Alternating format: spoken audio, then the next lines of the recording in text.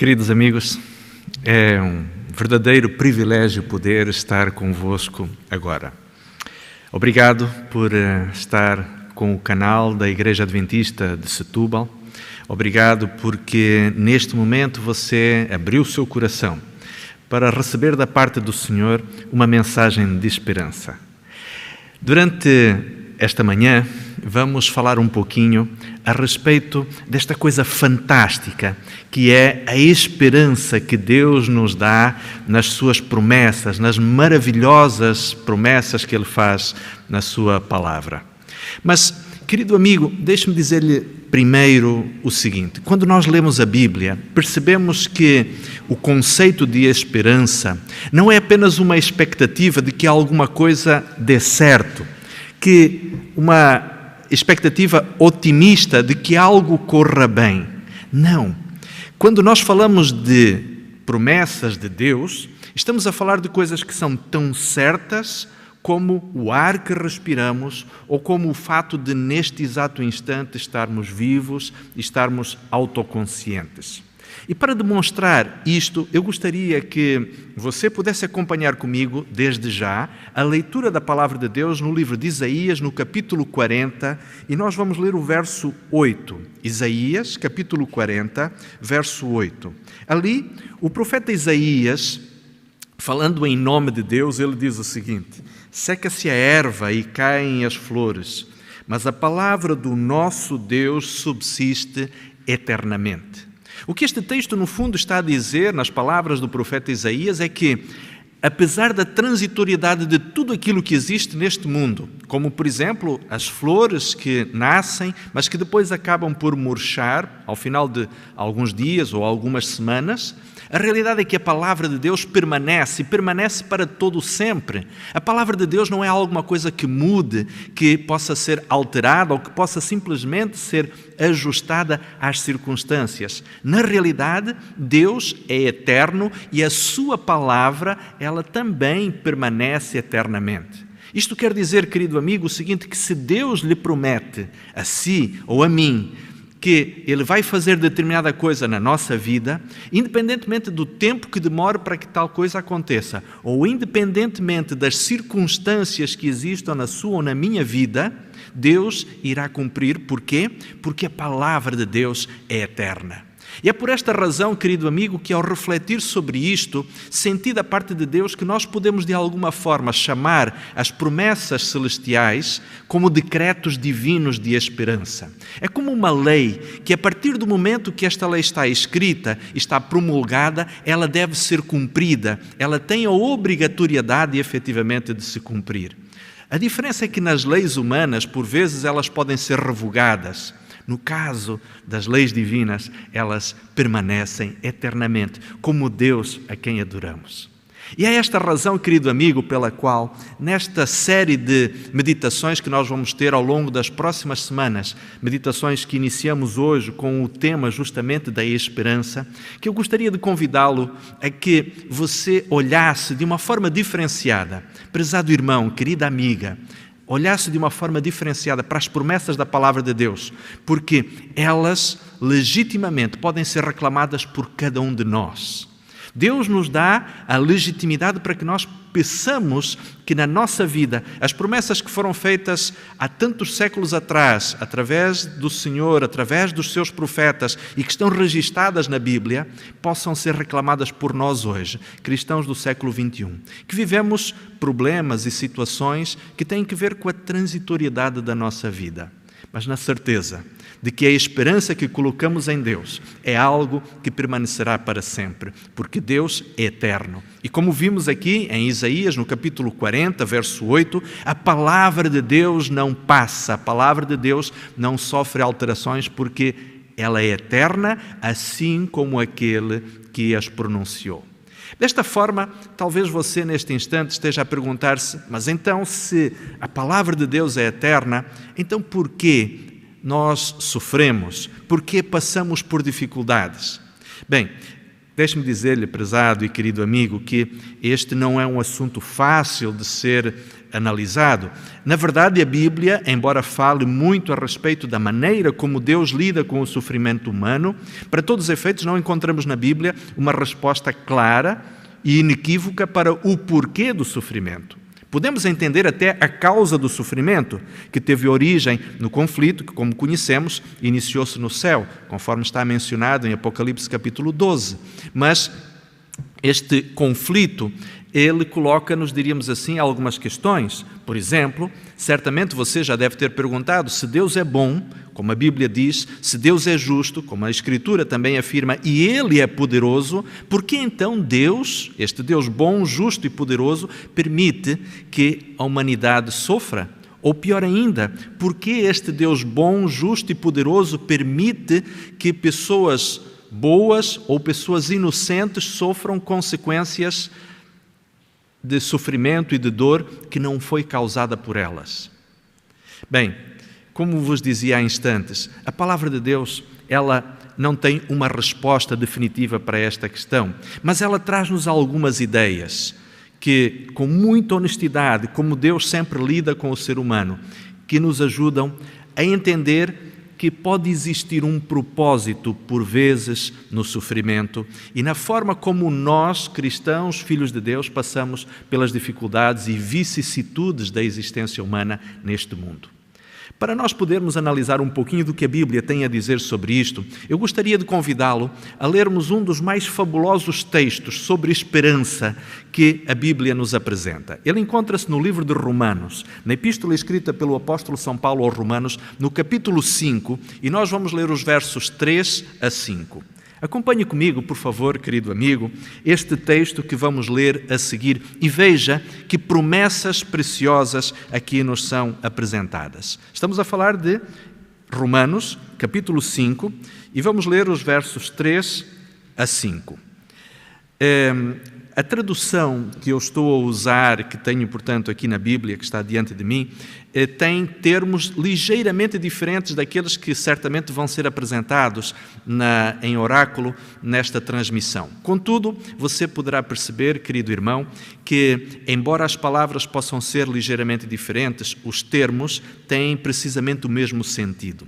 E às vezes, ao compararmos traduções diferentes da Bíblia, podemos ampliar um pouquinho mais até a nossa própria compreensão sobre a mensagem que aquele texto está a transmitir. Por isso, vamos ler Romanos capítulo 5, o verso 3, 4 e 5. E diz então assim: e não somente isto, mas também nos gloriamos nas tribulações, sabendo que a tribulação produz paciência, e a paciência, experiência, e a experiência, a esperança.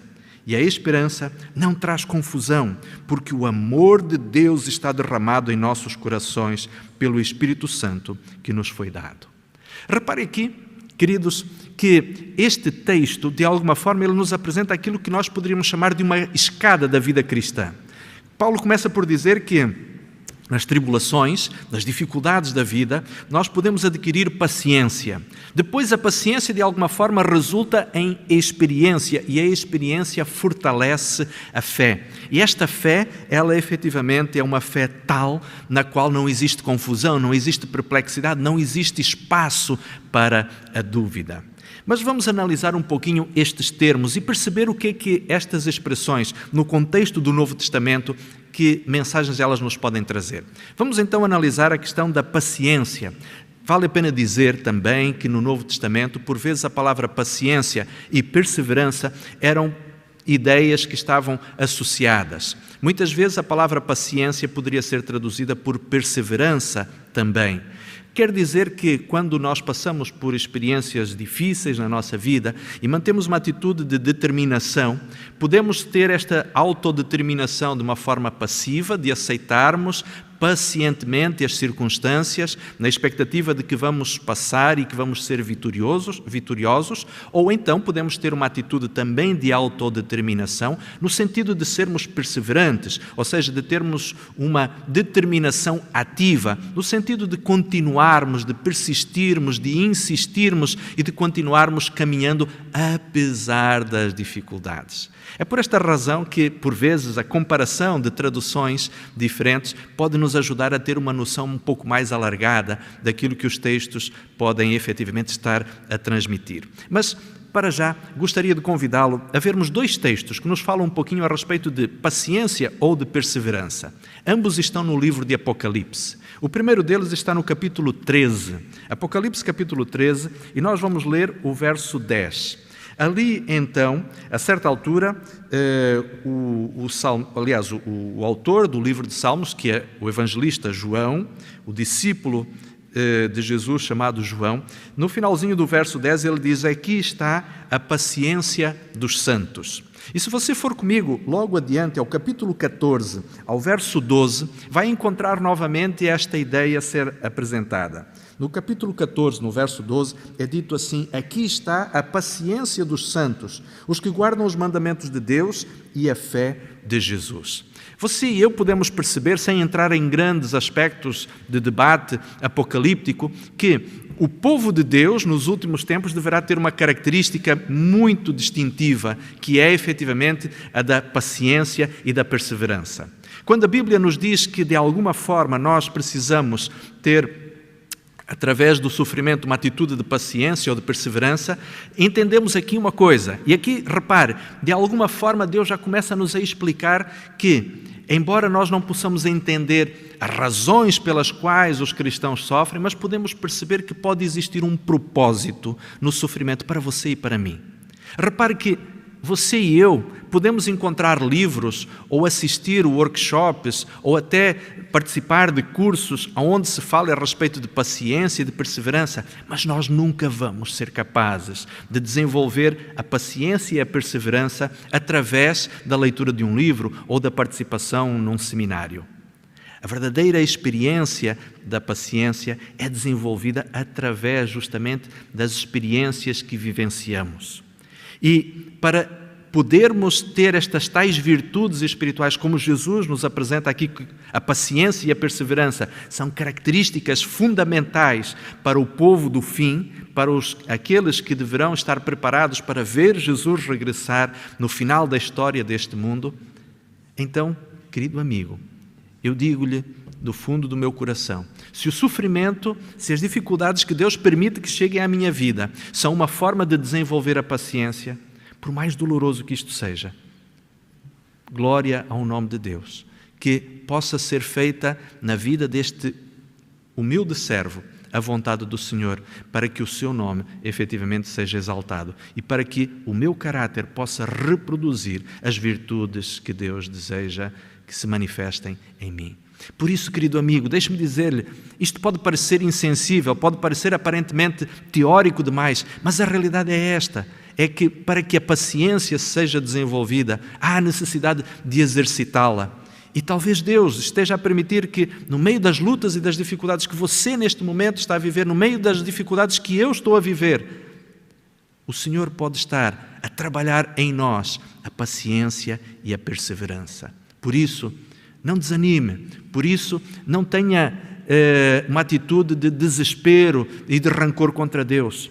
Aceite que Deus está a exercitar em si a virtude espiritual da paciência, porque se Deus está a trabalhar este aspecto em si, é porque Ele quer que você, de alguma forma, querido amigo, prezada irmã, faça parte do povo de Deus que estará para receber Jesus. Mas deixe-me avançar um pouquinho mais consigo. O texto de Romanos capítulo 5 diz que a tribulação também produz experiência. Sabem, a experiência na realidade é aquilo que resulta justamente do fato da nossa fé, da nossa religiosidade, da nossa determinação ser testada e provada. Quando alguém vive diariamente uma comunhão com Deus e estes valores adquiridos através da sua devoção espiritual com o Senhor são postos em prática na vida através de uma atitude de, como já vimos, de paciência, de perseverança, de fé, de confiança na palavra de Deus, isto vai gerando uma experiência, vai gerando um conjunto de vivências que fortalecem a nossa experiência, a nossa convicção, a nossa certeza de que Deus é alguém real. Uma pessoa que passou por dificuldades e viu Deus atuar de forma miraculosa na sua vida, multiplicando-lhe os recursos quando aparentemente não havia mais dinheiro para pagar as contas, fazendo com que miraculosamente ou providencialmente um conjunto de circunstâncias acontecessem na sua vida para que algo de bom pudesse acontecer. Certamente esta pessoa vai ter uma fé fortalecida, porque olhando para trás, a sua experiência lhe mostra que Deus é bom, que Deus é justo, que Deus efetivamente trabalha e protege aqueles que o amam. É por esta razão, queridos amigos, que quando nós, por exemplo, vamos a Romanos capítulo 8, o verso 37, nós encontramos ali aquela fabulosa afirmação em que o apóstolo Paulo, em Romanos capítulo 8, no verso 37, ele diz: mas todas estas coisas, ou melhor, mas em todas estas coisas somos mais do que vencedores por aquele que nos amou. Ou seja, por meio de Cristo Jesus, você e eu, querido amigo, nós somos pessoas vitoriosas, porque caminhando com Deus, estando disponíveis para ser dirigidos pelo poder de Deus, nós efetivamente vamos colecionar experiências de sucesso e de vitória sobre o pecado. Mas o texto ainda continua dizendo, o texto com o qual começamos, de Romanos capítulo 5, ainda diz que a tribulação, além de produzir paciência, experiência, também resulta em esperança. E, queridos amigos e prezados irmãos, a grande realidade é esta. A esperança, como dizíamos, na vida de um cristão não é apenas a expectativa de que alguma coisa boa poderá acontecer. A esperança não é a certeza na vida de um cristão, é a certeza de que as promessas de Deus haverão de se cumprir. E a maior promessa que você e eu podemos guardar no nosso coração é a promessa do regresso de Jesus a este mundo. E por isso eu queria partilhar consigo um texto que, se ainda não está sublinhado na sua Bíblia, por favor, marque-o agora com a cor mais luminosa que você tiver aí à sua mão. E o texto é o de Tito, capítulo 2, verso 13.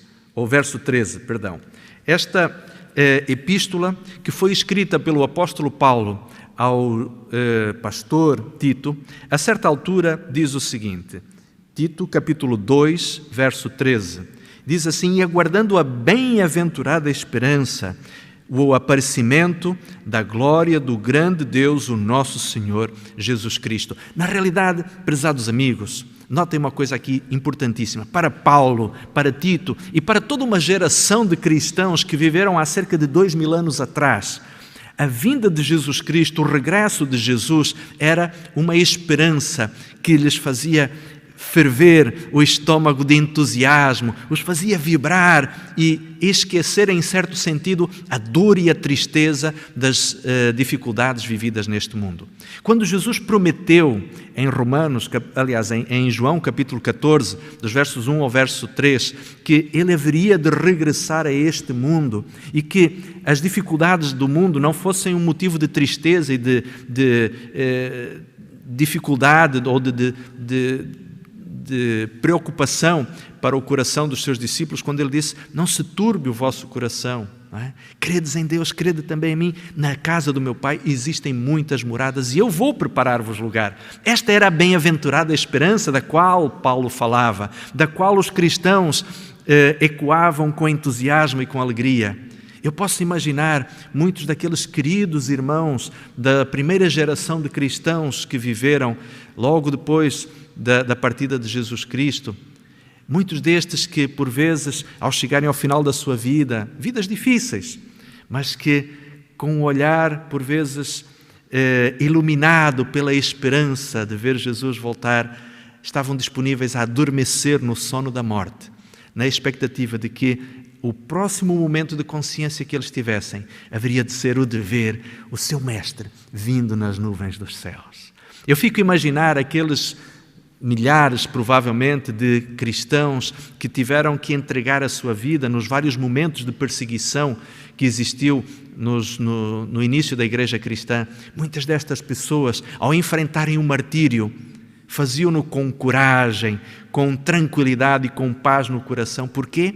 Porque sabiam que o próximo momento de consciência que haveriam de ter não era um sentimento de dor ou de agonia, mas sim o momento em que estariam a ver o seu Mestre Jesus regressando a este mundo. Por isso, querido amigo, lembre-se disto.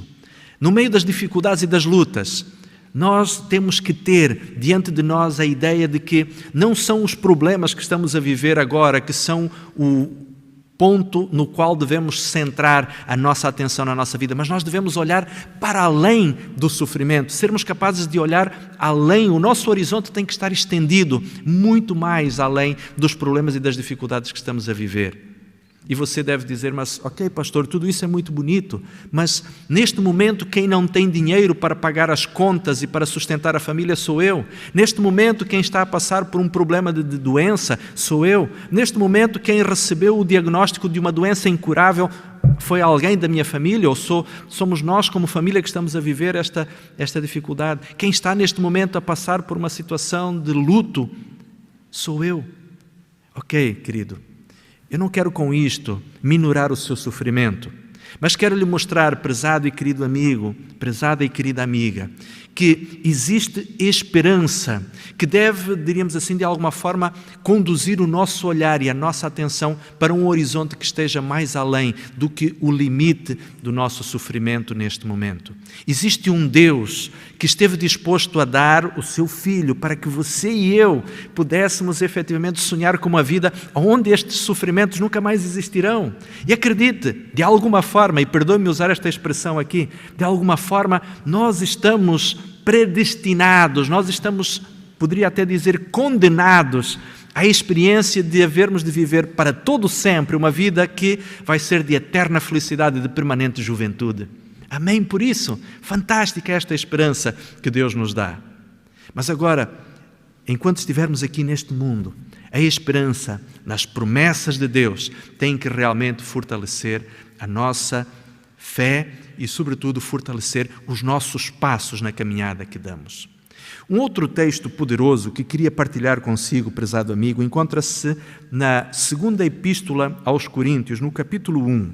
Ali o apóstolo Paulo apresenta-nos uma outra ideia. Se em Romanos, no capítulo 5, o apóstolo Paulo mostra que o sofrimento pode ter um propósito de nos ajudar a desenvolver uma experiência de fortalecimento com Deus, uma experiência de crescimento nas virtudes espirituais, este texto que vamos ler a seguir apresenta-nos um outro aspecto que é interessante e que nos ajuda a perceber que o sofrimento na vida do cristão poderá ter um outro propósito também.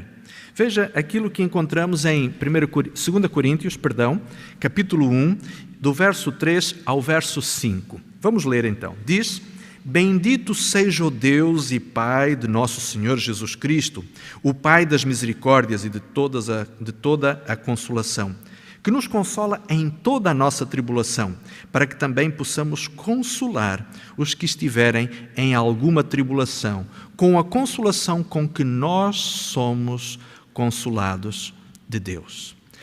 Vamos já ler a seguir o verso 5. Contudo, deixe-me fazer-lhe uma pergunta muito simples, prezado. Imagine que amanhã, ou na próxima segunda-feira, você ia a uma clínica onde tinha feito exames e dentro daquele envelope estava um diagnóstico dos exames que você fez e ali estava a informação de que você está com cancro e que esta doença está numa situação muito avançada. Deixa-me perguntar-lhe uma coisa. Com quem é que você gostaria de partilhar de imediato esta sua nova situação? Com alguém que fosse jovem, que estivesse cheio de saúde, que estivesse a viver uma vida cheia de expectativas e entusiasmado com toda a série de opções que estão diante de si? Talvez esta não fosse a pessoa mais adequada. Talvez esta pessoa não o fosse capaz de entender.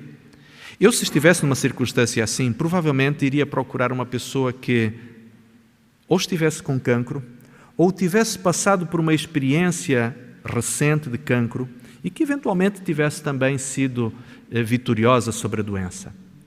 Eu procuraria falar com esta pessoa por uma razão muito simples, por ter a certeza de que ela entenderia exatamente o que é que eu estava a sentir naquele momento. Aquele soco no estômago, aquela sensação de desconexão com a realidade pela brutalidade da informação ou da notícia que tinha acabado de receber.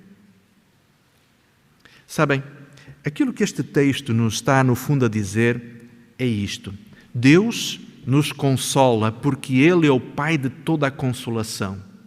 Mas, ao mesmo tempo, Deus, de alguma forma, nos dá a força, a capacidade de passarmos pelas dificuldades, para que um dia, quem sabe, possamos confortar outros com o mesmo conforto com o qual nós fomos confortados por Deus. Pode parecer duro e até um tanto insensível dizer isto, mas, querido amigo, já pensou de alguma forma que esta experiência dolorosa que você esteja a passar agora possa ser um dia útil para o fortalecimento espiritual de alguém? Deixe-me fazer o seguinte.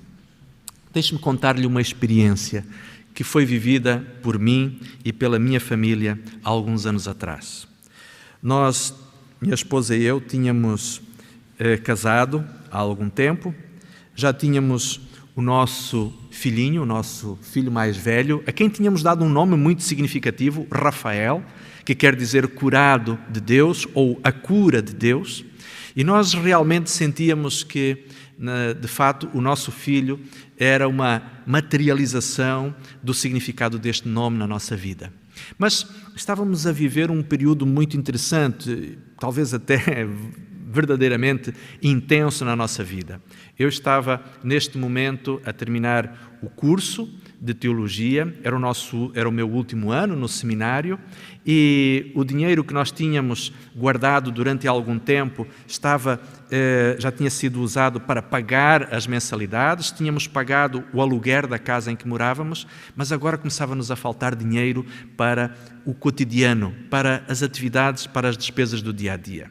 E embora nós vivêssemos de uma forma muito cuidadosa, a minha esposa extremamente organizada na gestão das contas, a verdade é que nós víamos dia a dia o dinheiro a diminuir. Houve um dia em que, indo a pé para a universidade, para o campus, passei por um campo onde havia um senhor que estava ali a fazer a colheita de alguns produtos da terra e ele, sem mais nem menos, volta-se para mim e para um outro colega que estávamos a caminhar juntos e pergunta-nos se nós não queríamos levar alguma coisa dali. Então encheu-nos um saco, um generoso saco com laranjas, com milho e com outros produtos que ali a terra estava a produzir. Claro que quando chegámos a casa ficámos empolgados por ver que de alguma forma a nossa despensa, que estava quase vazia, de uma hora para outra se tinha enchido com produtos de excelente qualidade. Mas naquele momento, naquelas semanas, nós estávamos a orar a Deus, pedindo que o Senhor efetivamente nos ajudasse com estas dificuldades materiais. No nosso frigorífico, a minha esposa e eu, já nem sei muito bem como é que conseguimos isto, mas tínhamos uma pequena placa que tínhamos colado na porta do nosso frigorífico que dizia as palavras que encontramos em Romanos capítulo 8, verso 31, quando Paulo dizia: se Deus é por nós, quem será contra nós? E eu lembro-me muitas vezes que ao abrir a porta do frigorífico, aquele frigorífico baixinho, de cor castanha, muitas vezes eu olhava para aquela placa na expectativa de que o Senhor realmente não falhasse conosco nesta promessa que Ele nos tinha feito. E naquela altura nós estávamos verdadeiramente a enfrentar algumas dificuldades, na expectativa de que o dinheiro acabasse e de que as nossas limitações financeiras nos colocassem graves problemas para a subsistência da nossa pequena família de 3 pessoas que éramos na altura. Mas, num sábado, quando eu deveria, com a minha esposa e o meu filho, irmos para uma igreja próxima, onde já estava a fazer um estágio pastoral como vice-pastor daquela congregação, eis que alguma coisa estranha acontece. O nosso filho, que até então tinha sido sempre uma criança muito saudável, estava a arder em febre. Eu tentei, da forma que foi possível, avisar os membros da igreja que não poderia ir à igreja naquele momento e fui com a minha esposa, fomos até ao posto de saúde da pequena cidade onde nós morávamos. Quando lá chegámos, fomos atendidos com muita simpatia por uma enfermeira, mas ela teve que nos dizer basicamente o seguinte, que nós não poderíamos ser atendidos naquele sábado, naquele posto de saúde, porque aquele local não tinha as condições necessárias para fazer o atendimento do nosso filho naquilo que ele precisava. E apanhámos um transporte coletivo que nos levou até uma outra cidade um pouquinho maior, nas proximidades, e ali nós íamos, cada um de nós, orando e conversando com Deus, perguntando: Senhor, já estamos a passar por problemas financeiros, e agora ainda o nosso filho que até agora foi sempre uma criança saudável, está a arder em febre. O que é que nós vamos fazer, Senhor? Por favor, põe a tua mão. E quando chegámos àquele posto de saúde, na cidade um pouco maior, vizinha de onde nós morávamos, encontramos um jovem estudante de medicina, que viemos a saber que era também um jovem adventista. Ele estava a fazer um plantão no sábado para atender as pessoas que ali vinham. E com muita gentileza aquele jovem nos atendeu e nos procurou então explicar o que estava a acontecer com o nosso filho. Ele disse: olhem, é assim, este posto de saúde em que estamos, ele é um posto de saúde que tem algumas limitações, e nós temos apenas aqui um tipo de medicamento que poderá ser para o tipo de sintomas que o vosso filho está a ter. Ele pode estar a sofrer desta doença, deste mal-estar, causado por dois fatores. Pode ser um tipo de bactéria ou poderá ser outro tipo de micróbio. E eu só tenho remédio para um deles. Se for o outro, este remédio não vai fazer nenhum efeito. Mas ele prontificou-se ao saber que nós éramos adventistas, e ele também, tendo se apresentado como adventista, gentilmente ele se prontificou para orar conosco, antes de nos despedir do final da consulta e nos dar o tal remédio que tinha para oferecer. Oramos, ministramos a tal medicação ao nosso filho e regressamos para casa. Estávamos com o nosso coração apertado. E ao chegarmos ao final daquele dia de sábado, a minha esposa e eu estávamos absolutamente cansados, com o coração apertado pelas circunstâncias que estávamos a viver. Mas a verdade é que, ao darmos aquela medicação, o nosso Rafael acabou por melhorar. E no dia seguinte já estava bastante mais bem disposto, e pouco tempo depois ele já estava novamente no seu melhor, no seu normal, uma criança alegre, uma criança bem disposta, bastante ativa.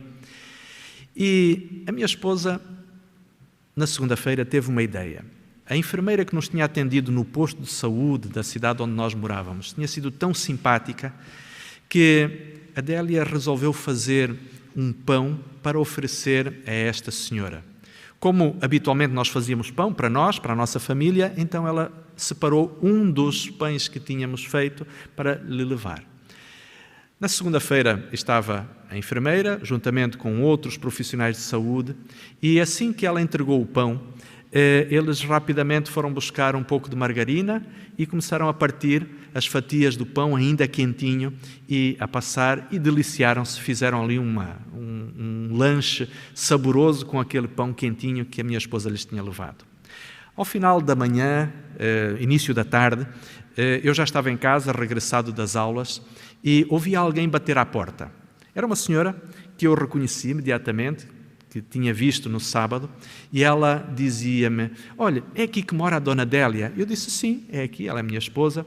Olha, é que nós queríamos saber se vocês estavam na disposição de vender pão, aquele pão que ela levou para nós, se vocês estavam dispostos a fazer pão para nós. Bem, para encurtar a história, a verdade é que nós efetivamente começámos a vender pão para aquela senhora e para todo um grupo de pessoas que rapidamente começaram a tornar-se nossos clientes. E a quantidade de pão que nós fazíamos todos os dias era tão grande que, só para deixar bem claro como Deus muitas vezes trabalha de forma interessante, a verdade é que os nossos problemas financeiros que tínhamos até então acabaram por simplesmente ser resolvidos. Ou seja, nós pensando que a doença do nosso filho era mais um problema a somar-se àquele que estávamos a viver, o que na realidade aconteceu era que Deus encontrou nisso a solução, ou mostrou-nos o caminho para uma solução maior, não só de dois problemas, mas simplesmente também para mostrar que o seu cuidado e o seu carinho podem alcançar qualquer pessoa em quaisquer circunstâncias, porque Deus tem soluções que nós não somos capazes efetivamente de imaginar. Prezados e queridos amigos, uma coisa é verdade. E desde aquela altura, nós, há quase 30 anos, guardamos esta história como se fosse, diríamos assim, uma preciosa garantia de que Deus não deixa desamparados aqueles que nele confiam. As promessas de Deus, efetivamente, são decretos de esperança. Quando a Bíblia diz em Salmos, capítulo 37, verso 25, que o justo e a sua descendência não mendigarão o pão, esta é uma realidade, esta é uma verdade da qual Deus não se esconde e Deus não foge para cumprir esta promessa na nossa vida. Eu não sei, querido amigo, quais são as lutas e as dificuldades que você está a viver, mas uma coisa eu posso lhe dizer, é que na base da palavra de Deus, de acordo com a garantia daquilo que o Senhor nos apresenta, nós podemos efetivamente confiar que o Senhor dos impossíveis pode fazer coisas surpreendentes na sua vida, na minha vida, na vida de todos nós. E por isso, Ele nos convida a confiarmos nas suas promessas, Ele nos convida a confiarmos nos seus decretos de esperança. Que Deus o possa abençoar, prezado e querido amigo, que o Senhor faça de você um instrumento da sua paz, mas principalmente um instrumento de esperança também na sua vida. É a minha oração, é a mensagem da parte de Deus que quero deixar no seu coração. Amém.